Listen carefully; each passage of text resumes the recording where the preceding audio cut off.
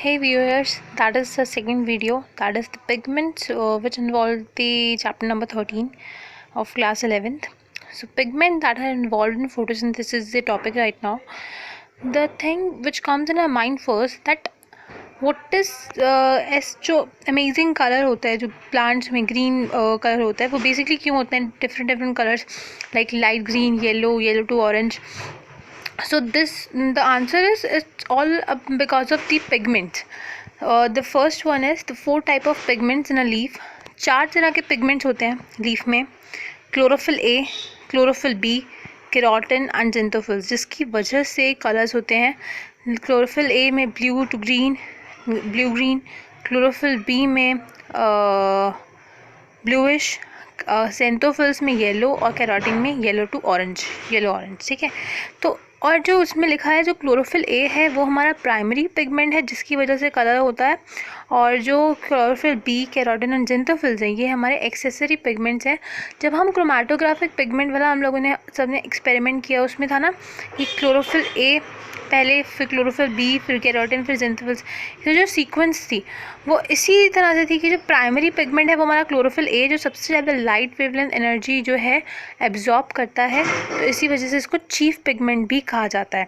Okay, the second is universal photosynthetic pigment. अगर MCQ type में आता है कि यूनिवर्सल फोटोसिंथेटिक पिगमेंट क्या है, तो वह है हमारा क्लोरोफिल ए.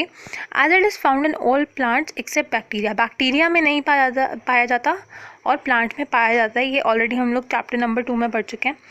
एंड ग्राफ, अब इसमें NCERT में 3 तरह के ग्राफ्स दिए हुए हैं जिसमें मतलब एक minute I will show you.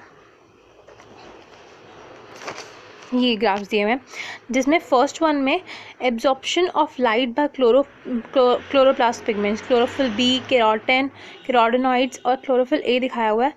तो जिसमें क्लोरोफिल ए में देखो दिख रहा है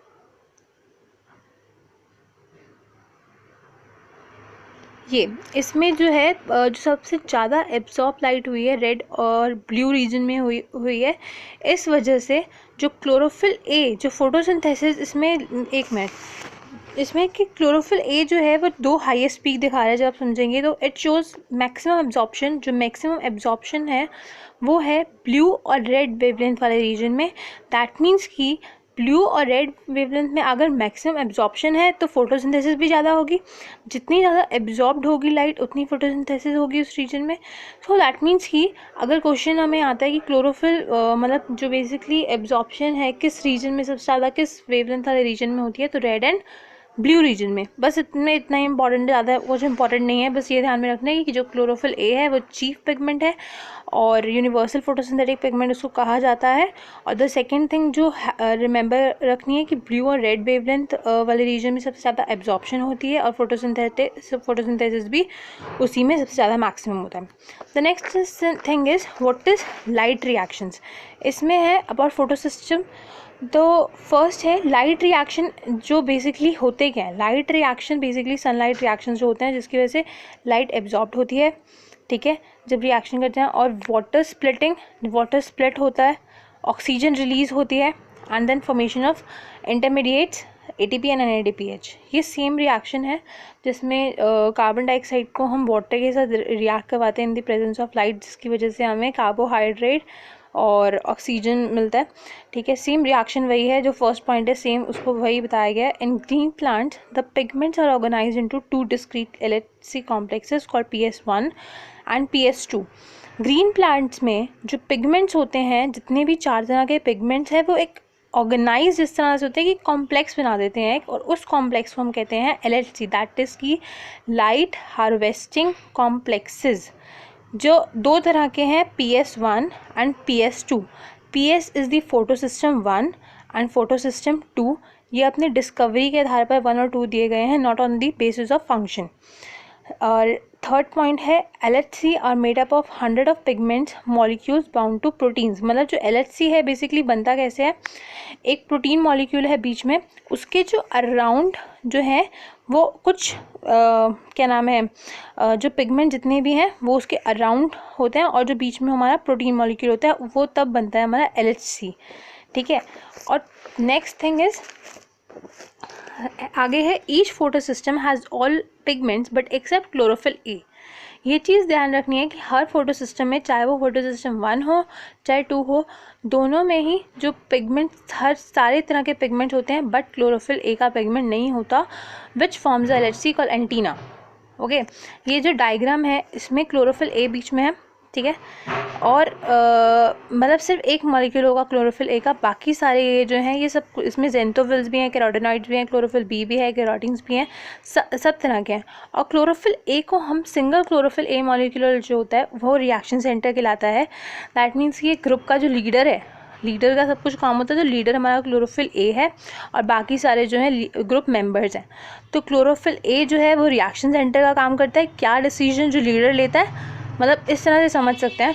और fifth point is the pigments associated with the light harvesting molecules help to make photosynthesis more efficient by absorbing different wavelengths of light।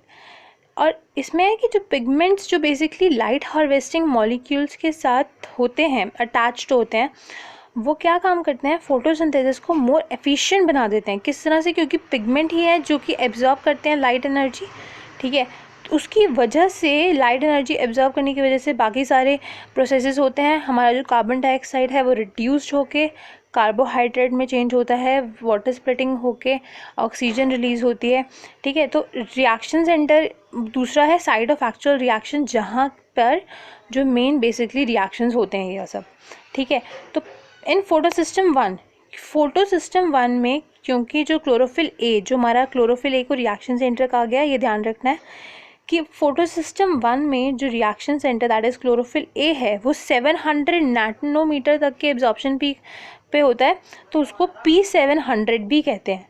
तो दैट मीन्स कि अगर फोटो सिस्टम 1 जो है वो हमारा P700 है, उसको P700 भी कहा जाता है। फोटो सिस्टम 2 जो है उसको P680 भी कहा जाता है उसको, क्योंकि जो उसका रिएक्शन सेंटर है, या फिर रिएक्शन सेंटर होगा, या फिर क्या कहते हैं क्लोरोफिल ए होगा, उसका जो एब्जॉर्प्शन मैक्सिमा है वो 680 नैनोमीटर का है। इस वजह से PS2 को हम लोग, फोटो सिस्टम 2 को हम P680 भी कहते हैं, ठीक है।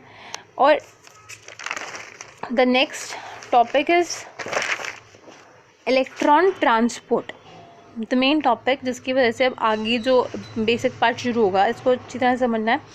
And photo system 2 the reaction centre absorb 680 nanometre wavelength. अब वेवलेंथ हमने पीछे पढ़ा अभी कि जो फोटो सिस्टम 2 है वो 680 नैनोमीटर का, जो उसका क्लोरोफिल ए है वो 680 नैनोमीटर तक की वेवलेंथ को ऑब्जर्व कर लेता है रेड लाइट की, जिसकी वजह से इलेक्ट्रॉन एक्साइटेड होता है। हम लोगों ने केमिस्ट्री में पढ़ा है कि जब भी कोई फोटोन मतलब स्ट्राइक करता है सरफेस के ऊपर, जिसकी वजह से एक्साइटेशन होता है।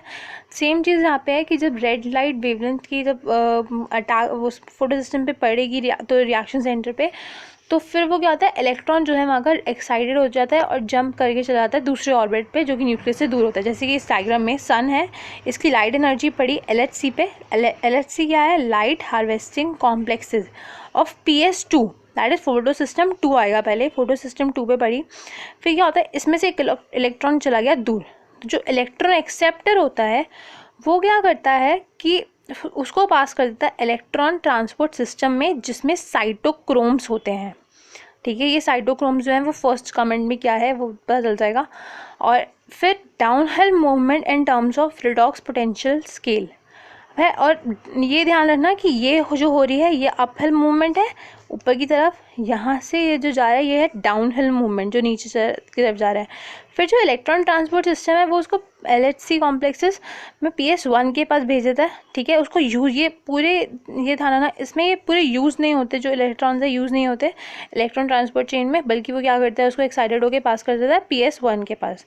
फिर PS1 में कौन सी कितने नैनोमीटर तक की जो वेवलेंथ है वो कितने तक की है, 700 नैनोमीटर। फिर जब इसको 700 नैनोमीटर तक की मिल जाती है तो फिर इसका जो इलेक्ट्रॉन है वो चला जाता है ऊपर अपहिल इलेक्ट्रॉन एक्सेप्टर के पास। फिर वहाँ से वो क्या करता है, NAD+ P+ को रिड्यूस करके बनाता है NADPH + H+। तो यहाँ से हमें NADPH मिल गया। तो अब ये ध्यान रखना, ये जो यहाँ पे जो रिडॉक्स पोटेंशियल स्केल है वो मैक्सिमम होता है रेदर देन यहाँ पे। जो इलेक्ट्रॉन मैक्सिमम रेडॉक्स पोटेंशियल होगा दूसरे इलेक्ट्रॉन ट्रांस एक्सेप्टर के पास जो कि PS1 का है, और PS2 वाले का जो यहाँ पे कम होगा रेडॉक्स पोटेंशियल स्केल। ओके, तो अब है जेड स्कीम। ये जेड स्कीम कुछ भी नहीं है, बहुत इजी है कि जो ये आप यहाँ से LHC से ये पहले अप हिल गया, फिर डाउन हिल गया, फिर अप हिल गया, फिर डाउन हिल गया, तो ये एक कैरेक्टरिस्टिक शेप मिल गई इसको जेड की, जिसकी वजह से इसको जेड स्कीम कहा गया है। ओके, और इसमें ये ध्यान रखना कि NADP+ तक, यहाँ तक अगर लिखना भी आए, आप लिखना तो वैसे उसमें नीट में थोड़ा सा नहीं आता, मतलब जो 12th के स्टूडेंट जो 11th के देख रहे होंगे उनकी तरफ से, जब NADP+ जो रिड्यूस यहाँ तक अगर आएगा तो आपको यहाँ तक लिखना है, ठीक है, जेड स्कीम की। और ये भी लिखना है कि कैरेक्टरिस्टिक शेप होती है, अगर ये डायग्राम ना आ सकते हैं तो वेल एंड गुड। ओके, और इसमें जो मेन है कि points that have to be remembered, that electron जो यहाँ पे बताया था मैंने अभी कि इलेक्ट्रॉन यूज़ नहीं होते जब इलेक्ट्रॉन ट्रांसपोर्ट चेन में होते हैं, तो but pass to the pigments of PS1, यहाँ इसके पिगमेंट्स पे पास हो जाते हैं। अब इलेक्ट्रॉन ट्रांसपोर्ट चेन क्या है? कुछ भी नहीं है, जो इलेक्ट्रॉन पूरे उसमें जो इलेक्ट्रॉन कैरियर्स हैं वो जब उसको डाउन हिल फिर अप हिल मूवमेंट में वो पास करते हैं, वही है जो इलेक्ट्रॉन ट्रांसपोर्ट चेन है। दैट इज़ द ओनली उसमें। और कुछ भी डाउट्स वगैरह हैं तो you can comment on it and like the video, share the video, and please subscribe.